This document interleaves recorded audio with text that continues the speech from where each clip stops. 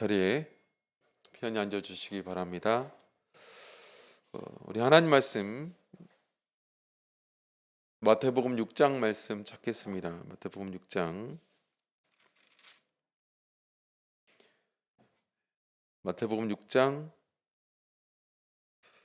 9절에서 13절까지 말씀. 마태복음 6장 9절에서 13절.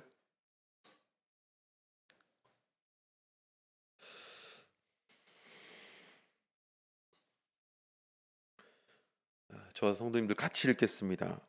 6장 9절에서 13절 시작. 그러므로 너희는 이렇게 기도하라. 하늘에 계신 우리 아버지여, 이름이 거룩히 여김을 받으시오며 나라의 임하옵시며 뜻이 하늘에서 이룬 것 같이 땅에서도 이루어지이다. 오늘날 우리에게 일용할 양식을 주옵시고 우리가 우리에게 죄 지은 자를 사하여 준 것 같이 우리 죄를 사하여 주옵시고 우리를 시험에 들게 하지 마옵시고 다만 악에서 구하옵소서. 나라와 권세와 영광이 아버지께 영원히 있사옵나이다. 아멘. 오늘 여기 있는 내용을 근거로 해서 우리에게 필요한 양식을 주옵소서라는 제목으로 하나님 말씀 증거하겠습니다. 오늘 시간에도 우리에게 필요한 영의 양식을 우리 하나님께서 우리에게 주셔서 이것을 가지고 또 세상 가운데서도 승리하며 하나님께 기쁨이 되는, 또 우리의 인생이 행복한 삶을 사는 그런 귀한 지혜를 가지는 저와 여러분 되시기를 간절히 원합니다. 지금까지 우리 주기도문에 대해서 살펴보고 있습니다. 먼저는 앞에서 우리의 기도의 대상에 대해서 먼저 살펴보았습니다. 그리고 이제는 두 번째는 바로 하나님을 위한 기도, 우리가 하나님을 위한 기도를 먼저 해야 되는, 먼저 구해야 될 기도가 무엇인지를 같이 살펴보았죠. 주기도문은 기도의 가장 중요한 표준이라고 말씀을 드렸습니다. 그래서 우리가 삶을 살아가는 동안에 많은 그런 기도의 제목이 있고 기도의 기회를 가지고 그 기도로 하나님께 나아가는 그런 신앙의 삶을 살아가고 있지만, 그런 기도 가운데 우리가 정말 하나님께서 받으시고 또 원하시는 그런 기도의 표준을 가지고 기도하는 것은 너무도 중요한 거라고 믿습니다.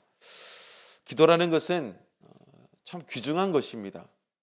왜냐하면 기도를 하는 우리와 기도를 받는 하나님과의 관계가 참 오묘하기 때문에 무엇보다도 그것을 잇는 이 기도라는 매개체가 얼마나 소중한 것이고 또 감사한 것인가를 우리는 항상 잊지 않아야 됩니다.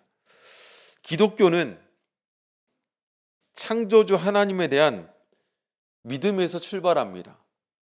창조주 하나님에 대한 믿음. 그래서 성경도 태초에 하나님이 천지를 창조하시니라 라고 하는 그 선언으로부터 이 성경이 시작되고 있지 않습니까? 사실은 태초에 하나님이 천지를 창조했다라는 창조주 하나님을 믿지 못하면 이것은 기독교라고 말할 수가 없습니다. 그리고 이 믿음이 곧 사실은 기독교의 뿌리이고 근원이지요. 참 신비로운 사실은 무엇이냐면, 우리가 한번 생각해 보시기 바랍니다.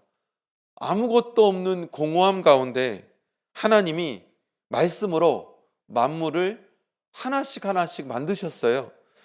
그래서 빛이 생기고 하늘이 생기고 하늘에 수없이 많은 별들이 생기고 또한 달과 또 해, 이런 것들이 생기지 않았습니까?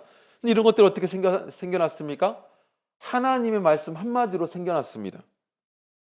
말씀이 허공에 이렇게 외쳐지는 순간 모든 것이 이렇게 만들어지고 조성되었다라는 겁니다. 사실 이것이 우리가 하나님 말씀으로 기록되어 있는 것을 읽고 또 듣다 보니까 참 이게 그렇구나 정도로 인식될 수 있는데, 이게 마냥 뭔가 큰 우리의 어떤 3D, 4D 정도로 이렇게 느껴지는 뭔가로 그 상황을 우리가 지켜볼 수만 있다면 엄청나게 장엄한 것을 우리는 볼 수 있을 거라고 생각이 되죠. 우리는 생각도 못할 그런 위대한 하나님의 지혜, 이 모든 것이 이런 것들을 만들어냈다. 그것도 그냥 만들어낸 것이 아니라 그 안에 나름대로의 원리와 질서를 가지고 만들어내지 않았습니까? 물의 순환, 어떤 대기가 흘러가는 그런 과정, 이 지구라는 공간 안에 우리가 먹고 마시는 이 모든 것들이 바로 또 마시는 물이 순환하고 또 흘러가는 일들을 보면 참 신기하죠. 또 우리가 목격하고 있는 큰 짐승부터 작은 곤충까지 나름대로 생명을 이어가는 기술과 능력을 다 가지고 있고, 또 그것을 가짐에 있어서 굉장히 치밀하고 정교하게 이런 것들이 이루어진 것들을 우리는 자연을 통해서 발견하지 않습니까? 이 하나님을 생각해 보면 나라는 존재가 얼마나 보잘것없는 존재인가라는 것을 생각하게 됩니다. 수천의 별들, 수억의 그런 별들이 있지 않습니까? 수억이라고 수천억이라고 할 수가 있겠죠. 그 별들 중에서 은하계의 변두리에 태양계가 있고, 그 태양계 아래 굉장히 작은 행성에 불과한 지구에 60억의 인구가 살고, 그 60억의 인구 가운데 한국이라는 나라에 바로 이 경기도 혹은 서울에 나 한 사람이 존재한다. 어쩌면 하나님 만들어주신 엄청난 장엄한 창조물에 비교해 보면 우리는 정말 보잘것없고 아무것도 아닌 그런 존재에 불과할 수도 있습니다. 근데 때로 우리가 생각해 보면 그런 어찌 보면 참 보잘것없을 수도 있는 우리가 스스로 살아가면서 때로는 10명 중에 혹은 100명 중에 공부도 잘한다, 또 나는 똑똑하다, 또 기술도 뛰어나다, 나는 잘 살고 있다, 사람들보다 잘하고 있어, 뛰어나다 라고 자랑한다라는 것이 하나님 앞에 얼마나 참 어리석은 일인가, 이런 걸 생각해 볼 수 있다는 것이죠. 그래서 인생이라는 것이 참 교만할 수 없는 존재인 것이, 하나님이 만들어 놓은 이 세상 앞에 나라는 존재는 진짜 별거 아닙니다. 그런데 우리는 그 가운데서도 나는 쟤보다 나아, 쟤보다 뛰어나 라고 말할 수 있냐? 결코 우리 하나님 앞에 그럴 수 없는 존재이다 라는 거죠. 그런데 하나님은 그런 보잘것없는 나를 어떻게 여기시는가? 하나님은 그런 보잘것없는 나를 온 우주보다도 소중하다고 여기시는 분이잖아요. 그런 분이 우리 하나님이십니다. 어찌 보면 우리가 하나님께 한 번도 하나님 마음에 드는 무언가를 고민하고 그걸 드려본 일이 별로 없음에도 불구하고 일평생 살면서 그 크신 하나님 앞에 도움이 되려고 노력해 봤자 얼마나 됐겠습니까? 그럼에도 불구하고 우리 하나님께서는 이유도 없이 조건도 없이 우리를 사랑해 주신다. 사랑해 주신다. 그게 우리 하나님의 사랑이죠. 그 하나님의 사랑을 받는 우리는 여전히 부족하고 연약한데, 여전히 아직도 성질 내면 안 되는데 성질 내고 있는 나, 아직도 세상의 욕심을 버리지 못해가지고 세상의 욕심에 좌절된 것 때문에 실망하고, 때로는 그것 때문에 하나님을 원망의 눈초리로 보는 여전히 망나니 같은 그런 자식에 불과한 우리를 하나님 여전히 봐주시고 사랑해 주신다는 이 사실, 참 이게 얼마나 대단한 사랑인지. 우리 하나님께서는 그런 하늘의 엄청난 영광을 뒤로하고 목소의 아들로 태어나셔서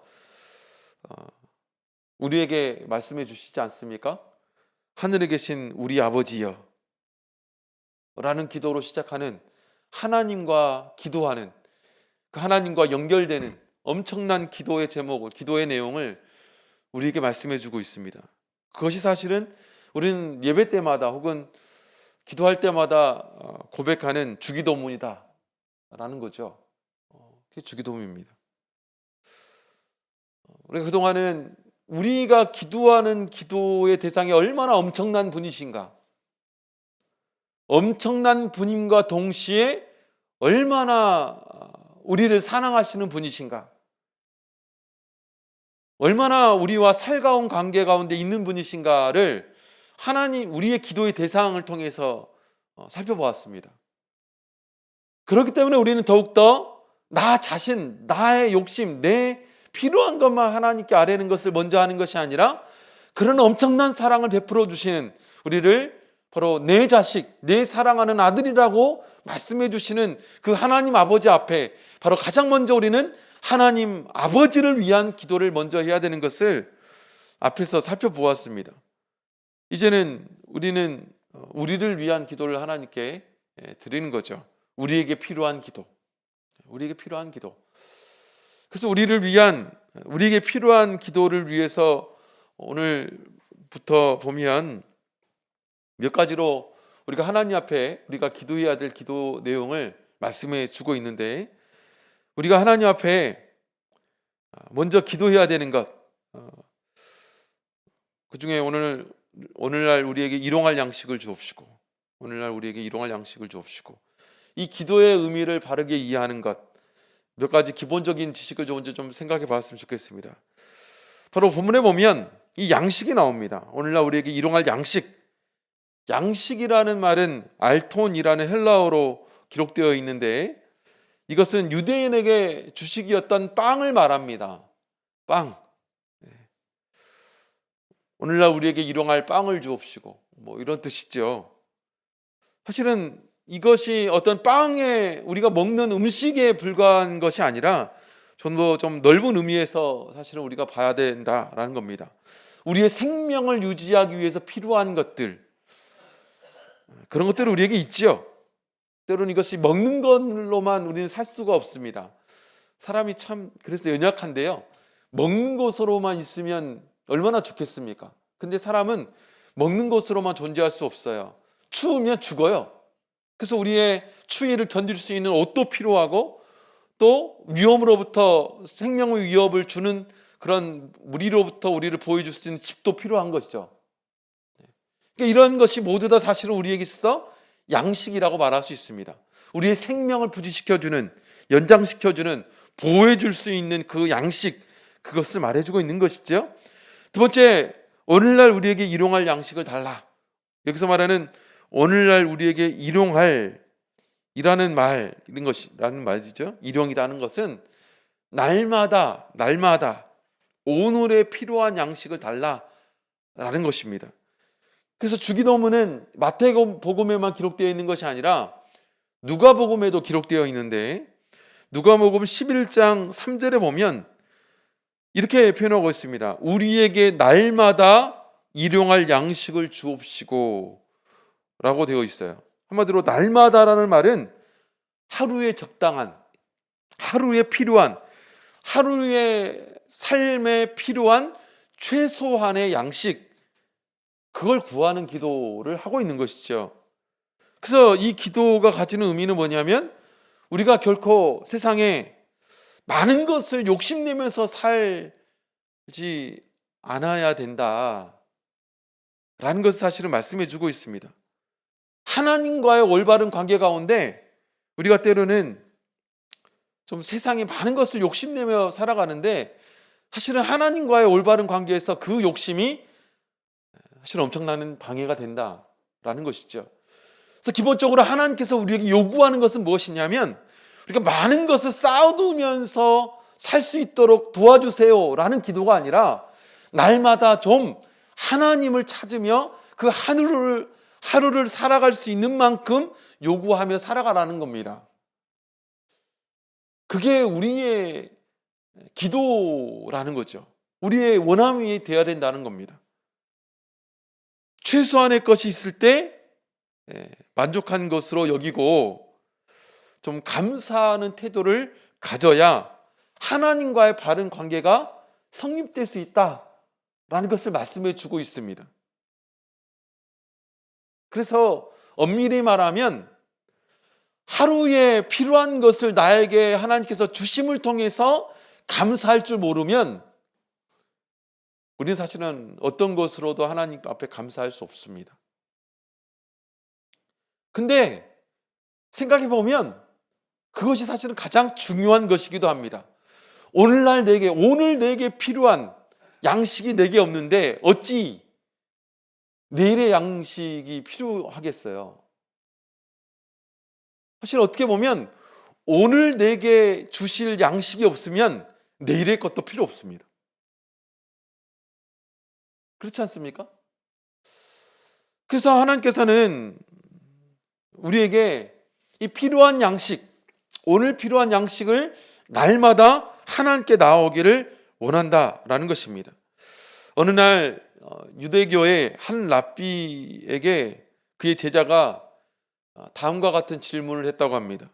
선생님, 이스라엘 백성들이 광야에서 40년 동안 생활할 때 왜 하나님께서는 1년씩 먹을 만나를 내려주시는 것이 아니라 하루하루 날마다 조금씩 하루 먹을 만큼만 내려주셨나요?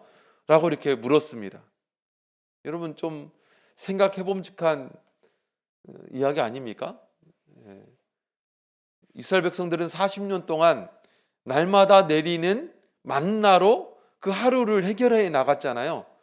그런데 그것도 참 불편하지.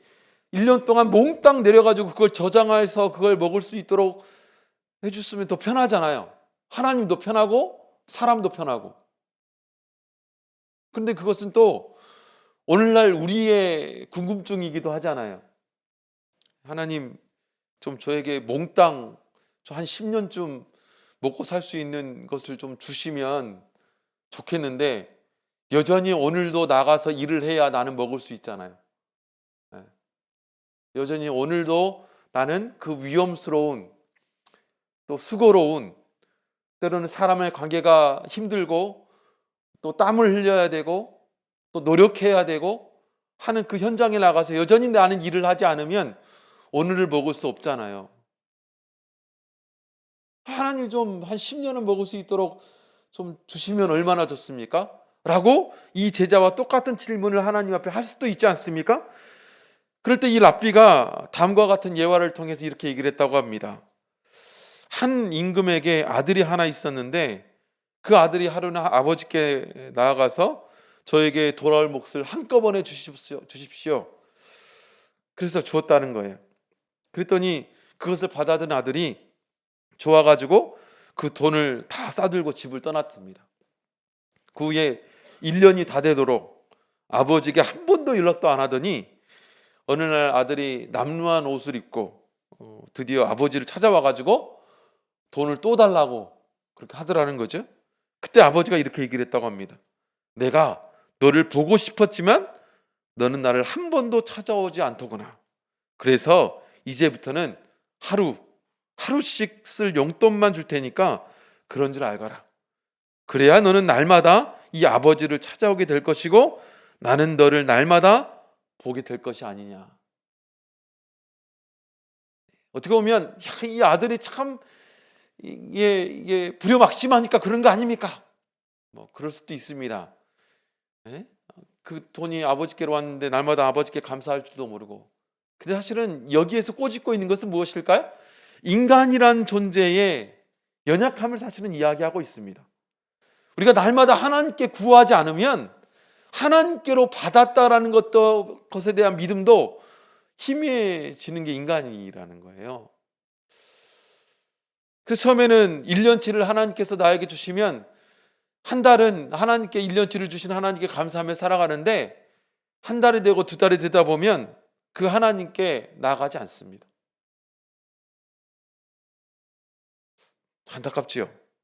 그래서 잠언서에서는 이렇게 말씀하고 있죠. 우리 잠언서 찾아보겠습니다. 잠언서 30장 8에서 9절, 굉장히 유명한 기도문이라고도 말하죠. 잠언서 30장 8절에서 9절, 인생의 황금률, 가장 적당한, 모자라지도 않고 남지도 않는 그런 기도다라고 말하는 기도문이 기록되어 있는데요. 잠언서 30장 8절에서 9절 말씀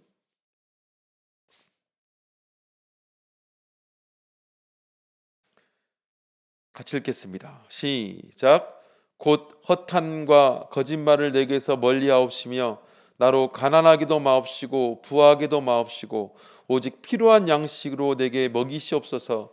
혹 내가 배불러서 하나님을 모른다 여호와가 누구냐 할까 하오며 혹 내가 가난하여 도적질하고 내 하나님의 이름을 욕되게 할까 두려워함이니이다. 사실 인간의 속성을 가장 잘 드러낸, 그 인간의 속성에 가장 알맞는 그런 기도의 내용이다라고 말하죠. 그래서 우리에게 일용할 양식이라고 표현해주고 있습니다. 또 하나 생각해 볼 수 있는 것은 주기도문 안에는 보면요, 특히나 우리가 하나님께 기도하는, 그러니까 우리의 원함, 우리에게 필요한 것을 구할 때 우리 세 가지의 내용을 볼 수가 있는데, 과거와 현재와 미래를 위한 기도가 그 안에 들어가 있다라는 겁니다. 과거의 기도는 뭐냐? 우리의 죄를 사하여 달라는 기도. 이것은 우리의 죄된 과거를 구하는 기도지 않습니까? 바로 일용할 양식을 달라는 기도, 우리의 현재를 위한 기도를 하고 있습니다. 그리고 다만 악에서 구하여 달라는 기도, 무슨 얘기냐면 우리의 미래를 위한 기도이잖아요. 그래서 주기도문 안에는 보면 바로 우리의 과거와 현재와 미래에 대한, 하나님께 대한 간구가 기록이 되어져 있어요. 그래서 어떻게 보면 이 주기도문이라는 걸 그래서 좀 완전한 표준이 되는 기도라는 것을 말씀해 주고 있다라는 것이죠. 그래서 이 세 가지 사실을 기본적으로 우리가 이해하고 오늘 내용을 보면 좀 더 많은 이해가 될 수가 있지 않겠습니까? 그래서 예수님 앞에서 드리는 이 짧은 기도, 우리의 필요를 이해하시는 하나님, 그 하나님을 이해하고 쉽게 자만하거나 또 그 하나님을 망각하는 그런 우리의 체질을 아시고 염려하시는 하나님의 사랑이 깃들어 있는 기도라는 것입니다. 그래서 이 기도 가운데 우리를 알고 또 하나님을 아는 그 기도의 내용이 깃들어져 있다는 사실을 잊지 마시고, 오늘 여기 있는 이 짧은 기도 가운데 더욱더 우리의 마음을 싣고 우리의 믿음이 되어서 바르게 하나님께 간구할 줄 아는, 구할 줄 아는 저와 여러분 되시기를 간절히 원합니다. 먼저 몇 가지 우리가 교훈을 보도록 하겠는데, 첫 번째는 뭐냐면 하나님은 우리에게 양식을 주시는 분이라는 겁니다. 하나님은 우리에게 양식을 주시는 분이라는 거예요. 사람들의 약함이 어디 있냐면 사람은 보이는 것만 본다는 겁니다. 그래서 사람들은 때로는 보이는 것만 생각하기 쉬워요. 그런데 우리가 누리는 많은 것들을 보면 보이지 않는 부분이 얼마나 많은가를 우리는 알 수 있지 않습니까? 밥상에 앉아가지고 반찬에 가짓수를 가지고 불평하는 사람이 있습니다. 그런데 그 밥상이 자기 앞에 오기까지 얼마나 많은 사람들의 수고와 땀이 있었는가에 대해서는 생각하지 않아요. 마치 어린아이가 내가 가지고 싶은 장난감을 부모님께 막 떼써서 받았습니다. 그런데 그 떼써서 받은 장난감만 보이지, 이 장난감을 사주기 위해서 부모님이 어떤 수고를 했고 어떤 절제를 했으며 어떤 사랑의 마음을 가지고 있는지에 대해서는 생각하지 않아요. 사실은 때로는 사람이라는 게 보이는 것만 생각한다는 거예요. 이런 노래가 있다고 합니다. 이 떡의 배후에는 방앗간이 있고 방앗간의 배후에는 농부의 수고가 있고 그 배후에는 미풍과 비와 해가 있고 그 배후에는 이 땅의 아름다움이 있고 그 배후에는 하나님의 의지가 있다. 무슨 얘기입니까? 사실 우리가 먹는 이 양식이라는 것이 거저 우리 앞에 놓여져 있는 것이 아니라 이것이 우리 손에 들어올 때까지 어떤 과정 가운데, 더 나아가서 어떤 큰 하나님의 의도와 하나님의 사랑이 있었는지에 대해서 우리는 잘 모른다는 겁니다. 보지 않으려고 한다는 거예요. 그래서 밥을 먹으면 밥만 생각하지 말고 그 밥을 예비해 주신 하나님을 생각하라는 거예요. 하나님을 생각하라는 겁니다. 하나님을 좀 바라보라는 거예요. 인생은 오히려 사실은 생각해 보면 밥보다 중요한 그런 양식이 참 많지 않습니까? 그래서 가장 1차원적인 인간이 뭐냐면 우리의 육신의 밥만 추구하는 사람들입니다. 가장 1차원적인 사람이 우리의 육신의 밥만 추구하는 사람들. 배만 부르면 돼요. 그런데 우리에게는 우리의 마음의 양식도 필요하잖아요. 마음의 양식. 그래서 우리의 마음의 양식이라는 것은 결국에 무엇입니까? 인간과의 좋은 인간관계가 우리의 마음의 양식이 되기도 하고 때로는 우리의 여가 생활 위의 양식이 되기도 하지 않습니까? 근데 그런 마음의 양식만 필요하냐? 그렇진 않습니다. 때로는 우리가 모든 것이 다 갖췄다 할지라도 우리 마음에 찾아오는 때로는 우울과 갈등도 있어요. 때로는 우리의 불안과 초조가 있습니다. 그렇기 때문에 우리에게 필요한 게 뭐냐면 우리의 영혼의 양식이 필요하죠. 우리 영혼의 양식이 필요합니다. 그래서 여기 있는 하나님 앞에서 구하는 이 양식이라는 것이 또 하나님이 우리에게 일용하게 공급해 주는 양식이라는 것이 우리 육신에게 필요한 것, 그 양식만을 말하는 것이 아니라는 것을 우리는 알아야 됩니다. 왜요? 우리에게 필요한 것은 육신의 양식만 필요한 것이 아니에요. 우리 마음의 양식이 필요하죠. 우리 마음 가운데 여유, 사람과의 관계를 통해서 얻어지는 그 만족감, 이런 게 우리의 마음에 필요하죠. 그것만 필요합니까? 절대 그렇지 않습니다. 그것으로 채워지지 않는 우리 영혼의 갈급함이 있어요.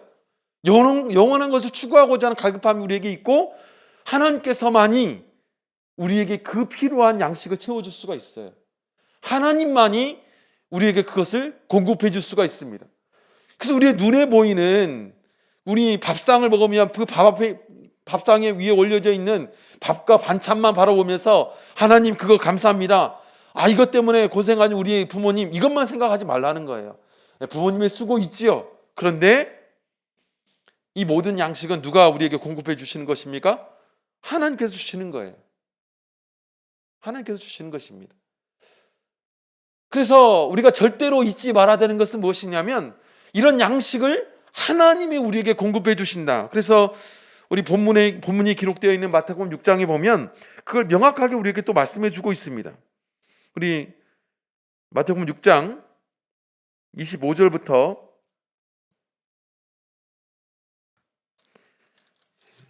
32절까지의 내용이 쭉 그러한 내용인데요.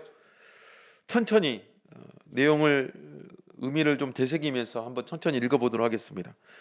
마태복음 6장 25절부터 32절까지 같이 읽겠습니다. 시작. 그러므로 내가 너희에게 이르노니 목숨을 위하여 무엇을 먹을까 무엇을 마실까 몸을 위하여 무엇을 입을까 염려하지 말라. 목숨이 음식보다 중하지 아니하며 몸이 의복보다 중하지 아니하냐. 공중의 새를 보라. 심지도 않고 거두지도 않고 창고에 모아들이지도 아니하되 너희 천부께서 기르시나니 너는 이것들보다 귀하지 아니하냐. 너희 중에 누가 염려함으로 그 키를 한 자나 더할 수 있느냐? 또 너희가 어찌 의복을 위하여 염려하느냐? 들의 백합화가 어떻게 자라는가 생각하여 보라. 수고도 아니하고 길쌈도 아니하느니라. 그러나 내가 너희에게 말하노니 솔로몬의 모든 영광으로도 입은 것이 이 꽃 하나만 갖지 못하였느니라.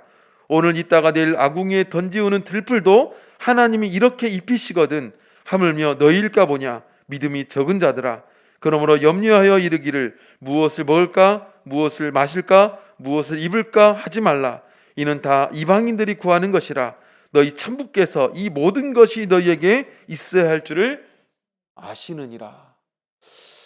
하나님은 우리의 필요를 아셔요. 무엇이 필요한지. 그래서 하나님께서 우리에게 그 양식을 주겠다는 겁니다. 우리 육신의 생명을 위해 필요한 양식을 주시고, 우리의 마음의 생명을 위해 필요한 양식을 주시고, 우리의 영혼의 필요를 위해서 주시는 양식이 바로 하나님께로부터 공급된다는 사실을 말씀해 주고 있는 것이죠. 그래서 이스라엘 백성들이 40년 광야 생활 동안에 하나님은 그들을 보살피시면서 그들에게 필요한 모든 것들을 공급해 주셨지 않았습니까? 그래서 신명기서 8장 3절에 보면 이렇게 말씀하고 있습니다. 너를 낮추시며 너를 줄이게 하시며 또 너도 알지 못하며 내 열조도 알지 못하던 만나를 내게 먹이신 것을 사람이 떡으로만 사는 것이 아니요 여호와 입에서 나오는 모든 말씀으로 사는 줄을 너로 알게 하려 하심이니라. 왜 우리가 하나님 앞에 일용할 양식을 이 주기도문을 통해서 구하는가? 이 양식이 누구를 통해서 공급되는 것인가? 누구를 통해서 공급되는 것입니까? 내가 일한 덕분이죠. 내가 지혜를 발휘해가지고 기가 막히게 사업을 잘해서이죠. 그러면 그렇게 일하는 건강은 누가 주셨는데요? 사람의 영혼은 하나님께서 주인이십니다. 어젯밤에 잠을 잘 때 하도 하는 사업이 잘 돼가지고 내일은 이 창고, 내일은 모레는 저 창고, 그 창고에 모아들을 곡식만 고민하다가 죽은 어리석은 부자 이야기 아시지 않습니까? 그 영혼의 주인이 도대체 누구예요? 결국에는 거슬러 나의 수고 배후에 누가 있는가를 우리가 안다면 사실은 내가 누리고 있는 이 양식이, 오늘 하루 내가 먹을 수 있는 이 필요한 양식이 도대체 누구를 통해서 오는가를 우리는 알 수 있다. 왜 이스라엘 백성들에게 매일매일마다 하늘에서 만나를 내려주심을 통해서 먹게 하셨느냐? 만나를 공급해 주시는 하나님이 있다는 것을 알려주시기 위함입니다. 우리는 왜 일용할 양식을 하나님께 구합니까? 우리의 하루하루 먹어야 살 수 있는, 우리가 먹을 수 있는 이 양식이 하나님께로만 공급된다는 것을 우리는 믿어야 되기 때문에 그래요. 우리 이것을 믿어야 된다는 겁니다. 두 번째로 우리는요, 바로 우리의 양식을 구해야 된다는 겁니다. 우리의 양식. 나만의 양식이 아니라 우리의 양식. 이게 중요하죠. 다시 말하면 나만 잘 먹고 잘 사는 것으로 만족하는 것은 하나님의 뜻이 아니라는 겁니다.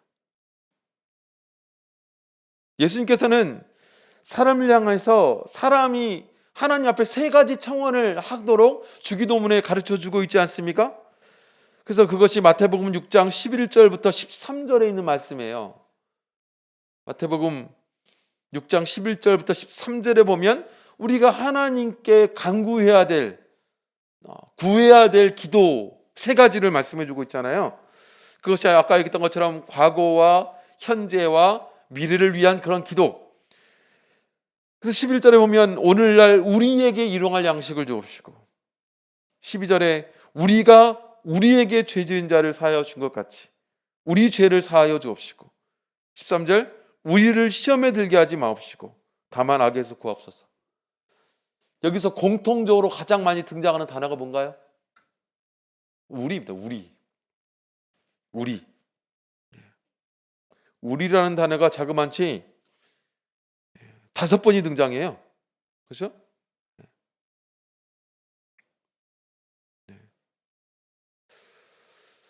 어떤 사람은 신앙이 하나님과 나와의 개별적인 것이다 라고 단언하는 분들이 있어요.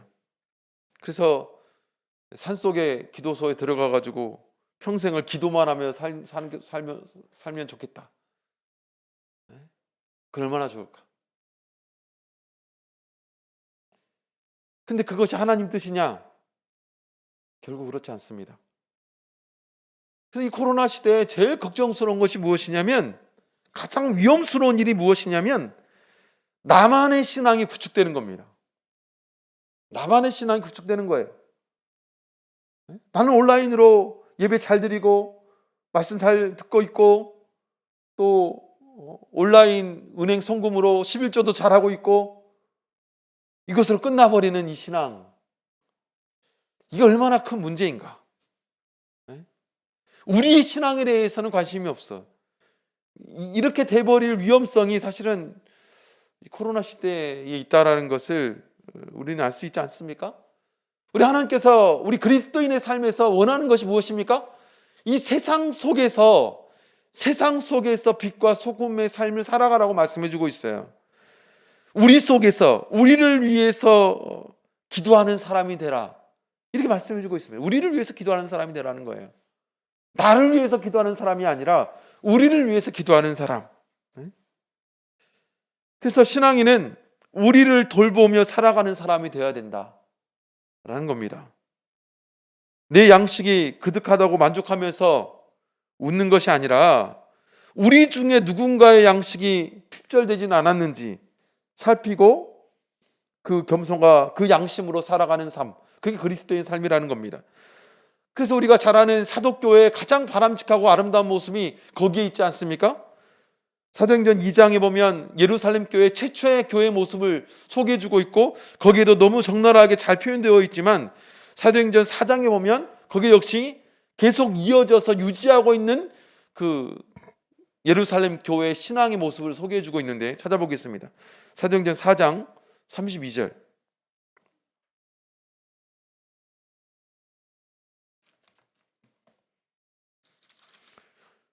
사도행전 4장 32절에서 34절 말씀, 35절까지 보겠습니다. 사도행전 4장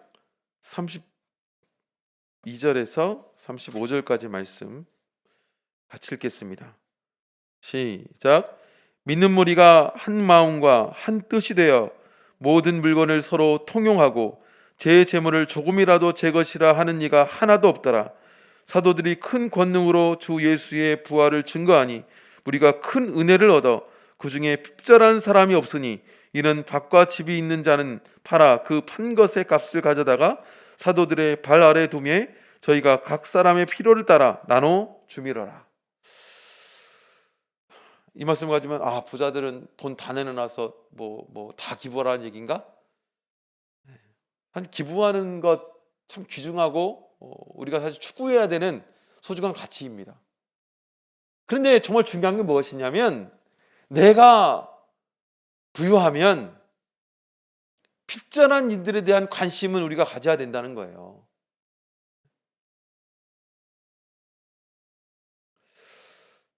그래서 우리가 돈을 버는 목적에 대해서 특히 그리스도인들이 돈을 버는 목적은 무엇일까? 나 혼자 잘 먹고 잘 살으라고 하나님께서 나에게 돈을 쌓아주시는가요? 성경은 돈을 버는 목적을 그렇게 말하고 있지 않습니다.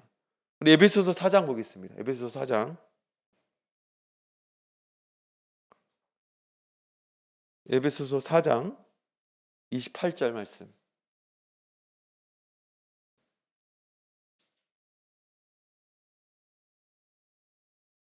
에베소서 4장 28절 같이 읽겠습니다. 시작.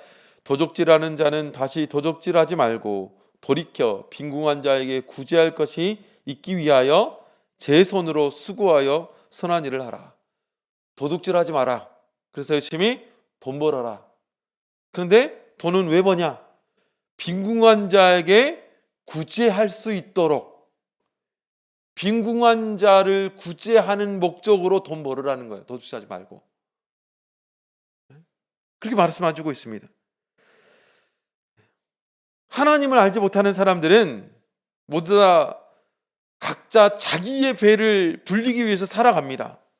그래서 차도 바꾸고 더 넓은 집으로 이사 가고 해외여행도 가고 쇼핑도 하고 레포츠 여가도 즐기고 그러고 남으면 자기 자손 대대로 물려주기 위해서 재물에 곰팡이가 쓸도록 쌓아놓잖아요.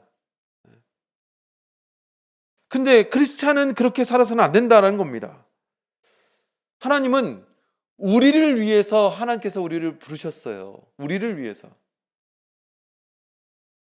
그래서 진정한 사랑을 실천하는 사람들, 그런 사람들이 주기도문으로 하나님께 기도할 줄 아는 것입니다. 우리에게 필요한 양식을 달라고, 나에게만 필요한 양식이 아니라 우리에게 필요한 양식을 달라고, 우리에게 필요한 양식을 달라고. 왜냐하면 우리 하나님은 우리의 하나님이기 때문에 그렇습니다. 우리의 아버지이기 때문에 그래요. 오래전에 한 20년 지났네요. 그런데 그때 발간된 책 가운데 하나가 뭐냐면, 세계가 만일 100명의 마을이라면 이라는 책이 있어요. 전 세계가 60억이 넘지 않습니까? 근데 60억 명이 만약 100명으로 축소가 된다면 경제적, 문화적인 상태를 비교하는 거예요. 그 중에 부와 관련된 부분이 이렇게 기술되어 있습니다.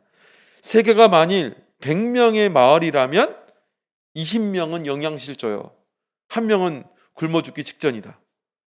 그런데 15명은 비만이다. 80명은 적정 수준 이하의 주거 환경에 살고 있고, 이 마을의 모든 부 가운데 6명이 59%를 가졌다. 74명이 나머지 39%를 차지하고 나머지 겨우 2%를 20명이 나눠 가지고 있다. 자가용을 가진 사람은 100명 중에 7명 안에 드는 부자이고 겨우 단 1명만 대학 교육을 받았고, 컴퓨터를 가진 사람은 2명이다. 14명은 글도 읽지 못한다. 사실은 이 책을 왜 썼을까요? 오늘날의 이 부의 불균형을 사실 말하고 싶은 거죠. 우리가 먹는 것, 우리가 입는 것, 우리가 자는 것, 우리가 쓰는 것, 사실은 여기 있는 100명 가운데 어디에 속하냐면 다 엄청난 누리는 사람들에 속한 사람들이잖아요. 사실은 그렇죠. 그런데 우리는 그것을 누리면서 얼마만큼 우리는 우리를 돌아보고 살아가는가.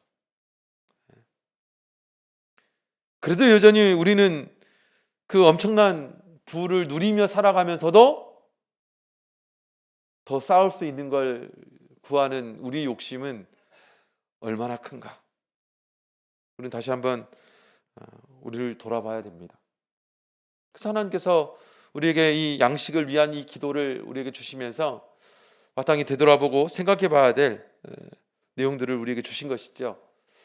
모쪼록 여기는 이 말씀을 다시 한번 잘 생각해 보시면서 도대체 우리의 양식이 어디로부터 왔는지, 그리고 우리의 양식을 구함에 있어서 우리는 나한 사람이 아니라 우리를 생각하는 사람, 하나님은 왜 이 기도를 통해서 내게 필요한 양식이 아니라 우리에게 필요한 양식을 구하라고 했는지를 다시 한번 생각해 보며 하나님 앞에 바른 믿음으로 구할 줄 아는 저와 여러분 되시기를 간절히 원합니다. 기도하겠습니다.